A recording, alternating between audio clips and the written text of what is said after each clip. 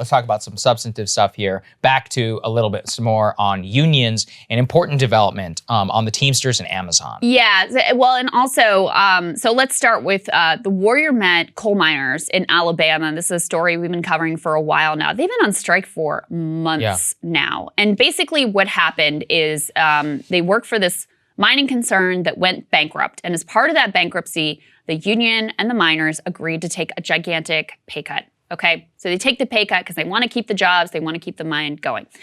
The mine emerges out of bankruptcy. It's bought by basically a bunch of like private equity ghouls.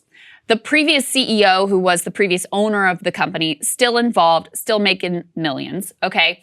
And so the miners, all that they want, this is it, to get back to the pay they were earning in 2015, okay? 6 years ago. They just want to earn what they were earning 6 years ago. And so these private equity executives and the other members of the board, they said no. They offered him a contract that was so insulting that there was almost a unanimous vote to go on strike. And so they have been locked in this battle for months. Of course, the company's engaging in every union busting tactic you can imagine. Down in Alabama, they've got like the court and the political system on their side. You're talking about thugs. You're talking about drone surveillance. You're all there was a boss that actually ran into with his pickup truck one of the miners' allies who was walking across the street to join the picket line, scab workers, all of that. So this was really interesting. This week, the miners, some of them came up from Alabama and picketed outside of Blackrock's headquarters in New York City, in Manhattan. And we have some of the video here. Kim Kelly has been doing great reporting on this entire strike. If we can throw this video up there on the screen, some of the workers picketing outside of Blackrock headquarters. It's really amazing to see this because it's so unusual for these Blackrock millionaires to have to actually be faced with the real human beings who their actions are impacting and destroying their lives, frankly. So the fact that they're taking such militant, aggressive action, it is a goddamn shame that they have to do this, but to actually be there in the face of these private equity executives, sorry, but you love to see it. No, you absolutely love to see it. For those of you who are just listening, it was a group literally outside Blackrock HQ in downtown Manhattan. Have to remember all of our awesome podcast listeners. Yeah, I love you guys. Sometimes they'll be like, hey, some of us are out here and we're just listening. So I hear you. I hear you 100%. Look. And one other, real quick, just follow Grim Kim. She's been on top of this story for all the updates going on, not just with this action in New York, but also with the latest status of this mine workers strike. And she's focused on a lot of labor issues. So definitely worthwhile follow on Twitter at Grim Kim. Yeah, no, she's really good. And that actually pairs with the Teamsters thing I had alluded to. Let's go ahead and put this Vice tear sheet up there on the screen, which is that the Teamsters are announcing a coordinated nationwide project to unionize Amazon. So it was an official resolution, and one of the country's basically most powerful unions there is making a go at Amazon. So what they're trying to do is build some of the power and the organizations and more in order to go after, obviously, all of these workers. And I do think it's pretty interesting because I know, Krystal, this is the second attempt. You might know a little bit more than I do about a different union making a go at this. The previous one was the RWDSU, the Retail, Wholesale, and Department Stores Union.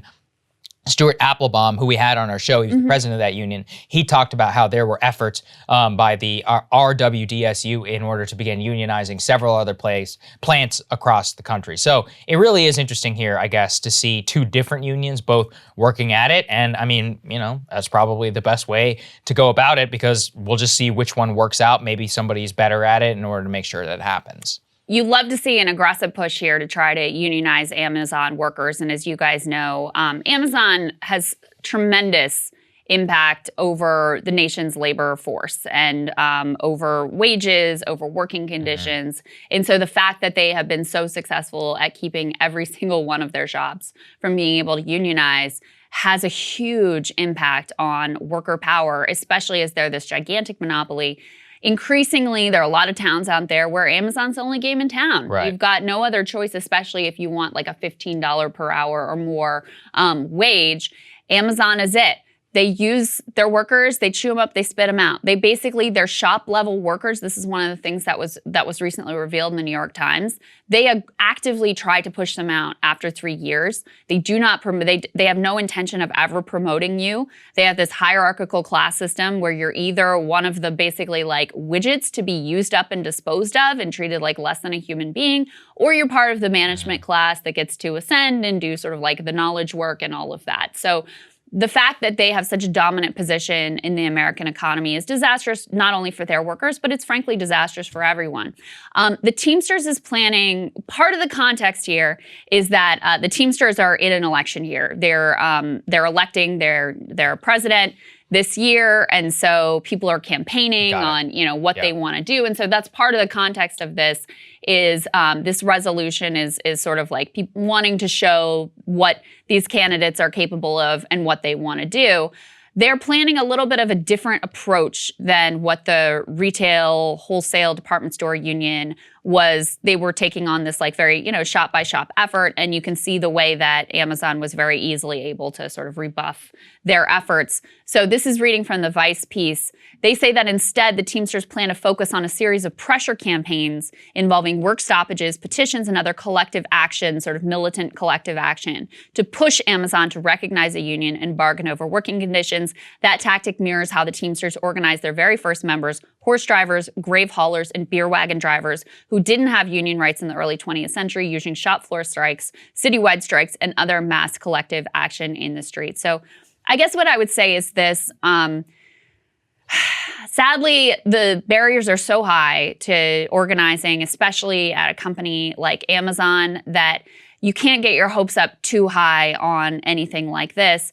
And frankly, from the sort of top, like union level down, there's only so much you can do. What you really need is like a grassroots upswell of interest in unionizing that a well-organized and well-prepared union that is laying the groundwork with the actions that the Teamsters are planning on taking here can then capitalize on. So it's that kind of thing where the moment, it's not just about, okay, what are the tactics and what are the resources, and all those things are really important, but you also have to have like an organic worker interest in moving in this direction. Does that exist right now or not? It's really hard to say. Absolutely.